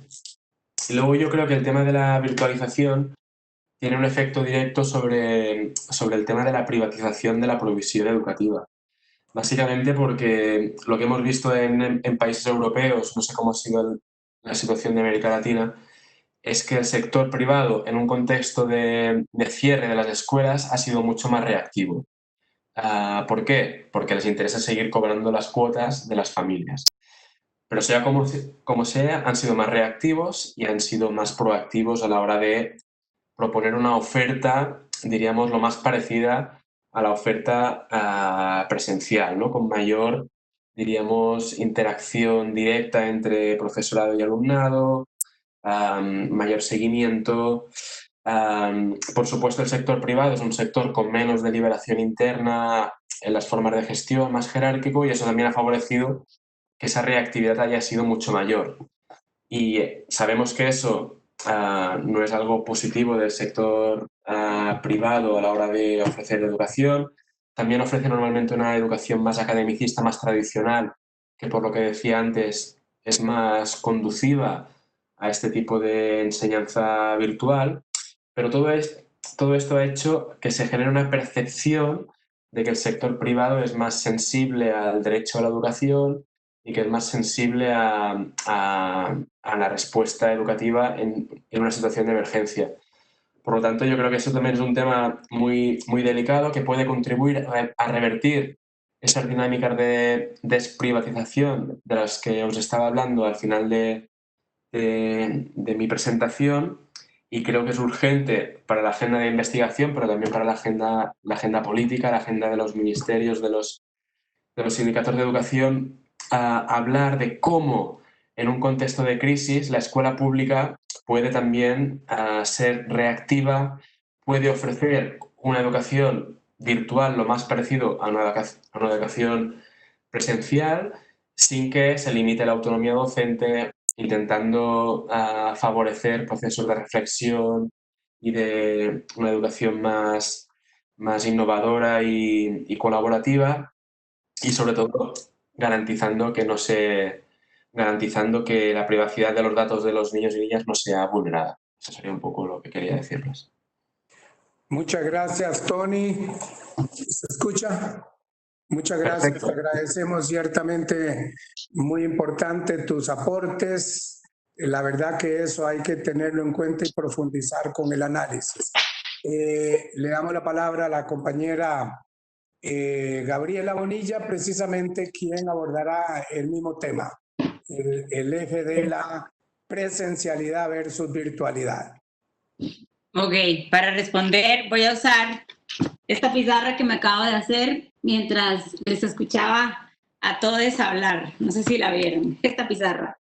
A ver, para responder la pregunta de Converti de cómo estaríamos mirando este escenario inmediato y a futuro, quizás podríamos pensar en 3 puntos, digamos. Uno que tiene que ver con quién estaría definiendo o quiénes están llamados a definir la política educativa de modalidad virtual, ¿no? Ese podría ser un primer tema. Un segundo tema es qué implicaciones tiene para el magisterio y las trabajadoras y los trabajadores en el sector educativo este rediseño de política pública en función de la modalidad virtual. Y un tercer punto que yo creo que se juega mucho también en lo simbólico y en lo ideológico, que es cómo queda, si se desdibuja o dónde se coloca entonces el derecho a la educación pública y el sentido de lo público. Empiezo por el tercer punto. Digamos, en esta noción de que los actores privados vienen a ofrecernos las plataformas y rápidamente pueden ofrecer conectividad y rápidamente un actor como Profuturo pone a disposición sus materiales ya digitales, puede fortalecerse la noción de que el Estado no era el actor que podía resolver la política educativa, sino que se fortalece la idea de que los actores privados vienen a salvar el derecho a la educación y que los actores privados eran los invitados por excelencia porque el Estado no es capaz, que son los discursos de los años 90 y de los signos neoliberales. Entonces, en ese tercer punto de qué pasa con el derecho a la educación, podría también terminar por instalarse fuertemente, si no la disputamos, la noción de que el Estado no fue capaz de resolver este derecho y hubo que llamar a los actores privados a resolverlo. Entonces, creo que también se privatizaría la relación de cada persona con la educación, porque la estaríamos viviendo desde esa mirada mucho más individual. Y el segundo punto que tenía que ver con ¿Qué implica esto para el magisterio y para los trabajadores y trabajadoras de la educación? Lo hemos conversado anteriormente en el Observatorio Latinoamericano de Política Educativa. Hemos conversado de qué implica un docente virtual, ¿no? De modalidad virtual. Ya lo decía Tony un ratito, bueno, hay plataformas digitales que pueden medir cuánto rato está la persona docente en la plataforma, entonces de una vez ya miden cuánto rato trabajó, puede hacer las evaluaciones, puede hacer el control del tiempo, puede hacer las evaluaciones de los estudiantes, pero además para la plataforma tiene que haber un tipo de contenido, un tipo de mediación pedagógica. Y entonces estaríamos pensando que se multipliquen formatos como los de Innova Schools, donde un docente atiende a 60 niños, porque 60 niños tienen un iPad, y un docente maneja un contenido educativo que ya manejan otros 200 docentes en el mundo, etcétera, porque son contenidos educativos ya elaborados previamente, con metodologías elaboradas previamente. Entonces estandarizamos los contenidos, estandarizamos la forma de impartir las lecciones y se desdibuja absolutamente la libertad de cátedra docente, al tiempo que la plataforma nos va guiando por los contenidos. Es decir, no hay forma de salirse del guión. Y esto lo hemos visto en el pasado en las escuelas privadas de bajo costo, en la propuesta educativa de James Tully. Entonces, para el magisterio podríamos estar enfrente de una disputa de cómo los docentes de modalidad virtual podrían ser de menor costo, y estar en disputa ese formato de trabajo versus un formato de trabajo presencial. Y para cerrar con Bertie, el primer punto, que es la pregunta de quién va a definir esa política educativa para la modalidad virtual, y la preocupación es donde desde la Internacional de la Educación estamos viendo que falta responder al derecho a la educación, que falta responder a la conectividad, que falta, por ejemplo, que nuestros docentes tengan computadoras. Los actores de negocios ven nichos de negocios, entonces ellos dicen, listo, yo aquí proveo el negocio de la conectividad, yo aquí proveo el negocio de one laptop per child, ¿se acuerdan? Una computadora por niño. Entonces, estamos ante una disputa en que los actores que ya estaban sentados a la mesa, ahora han sido convidados nuevamente para diseñar soluciones. Entonces, aquí la pregunta es, ¿cómo vamos a lograr que la política pública educativa en modalidad virtual tenga mirada pública y tenga mirada también de derecho? Gracias, Gabriela, por tus aportes, y cerramos con los 5 minutos del compañero Eduardo Pereira, quien se referirá al tema de los derechos. Sí, bueno, brevemente. Bueno, estamos en una conferencia internacional sobre investigación educativa, así que creo que es clave avanzar hacia los ejes que nos permitirán, si profundizamos en esta investigación, darnos herramientas. Brevemente, 3 ejes que la Internacional de la Educación para América Latina está desarrollando o a punto de desarrollar de investigación. Uno, las tendencias, o sea, había tendencias previas mercantilizadoras, privatizadoras, comercializadoras de la educación. Bueno, necesitamos saber más qué pasó en este periodo de aislamiento de pandemia. ¿Se profundizaron en dónde, en cómo, de qué manera? ¿Son las mismas formas que veíamos anteriormente o se están cambiando hacia otras formas aprovechando el aislamiento social? Bueno, necesitamos saber sobre esas tendencias privatizadoras, sobre las plataformas que se están comprando en los gobiernos, quiénes están detrás de esas plataformas, qué sectores, qué empresas. El segundo eje es las condiciones para enseñar y aprender. Claramente la pandemia no va a terminar de un día para el otro, va a durar un tiempo, no va a haber un día que se corte y volvamos a una normalidad previa a la pandemia. Por lo tanto, necesitamos conocer más sobre las condiciones en que hoy los docentes están enseñando y los chicos y jóvenes aprendiendo. Necesitamos hacer investigación en ese sentido. Bueno, como yo dije antes, la CETERA ha hecho una encuesta, la pueden ver en la página de CETERA, también está en la página de la Internacional. Brasil es lo mismo, pero necesitamos avanzar en todo el continente para ver cómo se está trabajando, cuáles son las condiciones que en las casas, para muchas de las compañeras, sabemos que la gran mayoría de nuestros trabajadores de educación en América Latina son mujeres, y cómo eso se relaciona con sus tareas, ¿no? Y en el caso de los hombres, también, porque hoy ya las tareas domésticas deben ser, como propugnamos, compartidas.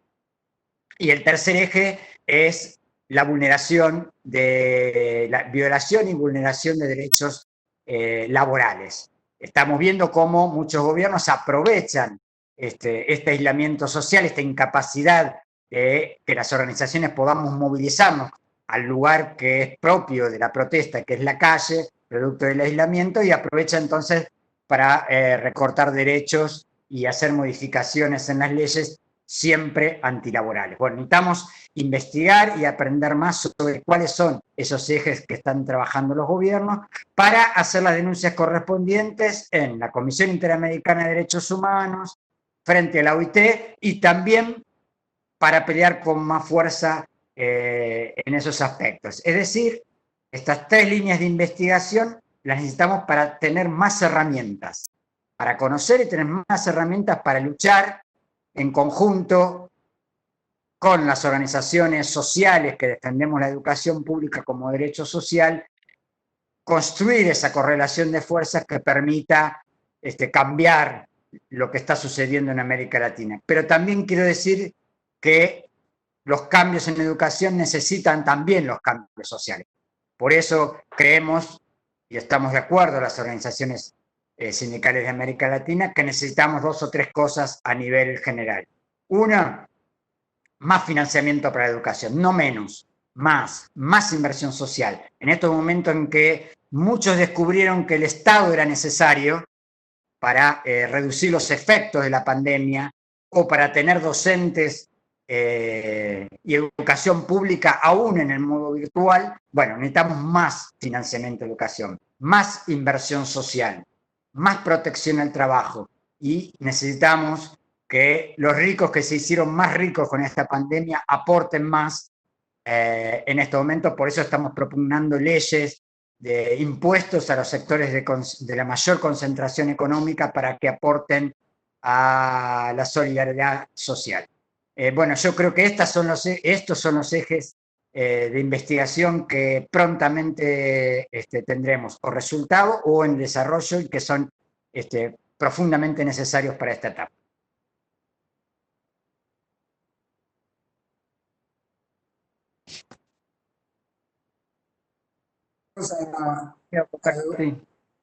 ¿Se escucha así? Bueno, le agradecemos a Eduardo su intervención.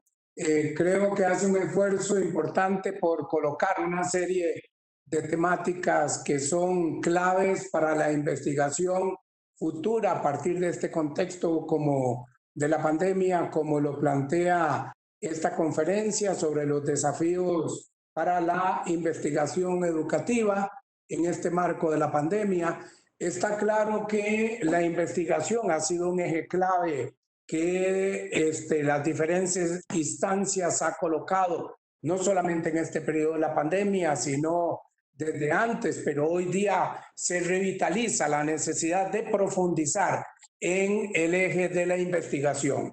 En ese sentido, creo que todas las intervenciones, tanto de la compañera Camila como del compañero Tony, de la compañera Gabriela, bueno, y ahora Eduardo, que hace un esfuerzo, todos han hecho un esfuerzo por precisar ejes de investigación claves, y también al escuchar el abordaje de las temáticas, posiblemente se podrán ampliar otros temas derivados de las intervenciones. Así que le agradecemos a cada uno de ustedes, le agradecemos al Ministerio de Educación de Argentina por facilitar esto. Creo que la posibilidad de tener este debate es sumamente importante, sumamente clave. Además, todas las personas que están aquí han tenido que ver de una u otra manera con toda el eje de la educación en América Latina y en particular por la defensa de la educación pública con calidad,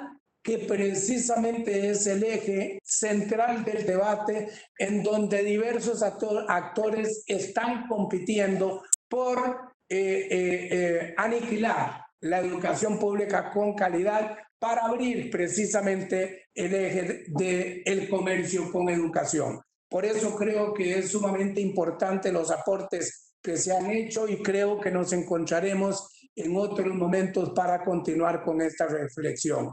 Muchas gracias, Camila. Muchas gracias, Tony. Muchas gracias, Gabriela. Y muchas gracias, Eduardo. Y con esto damos por cerrado este debate. Hasta la próxima.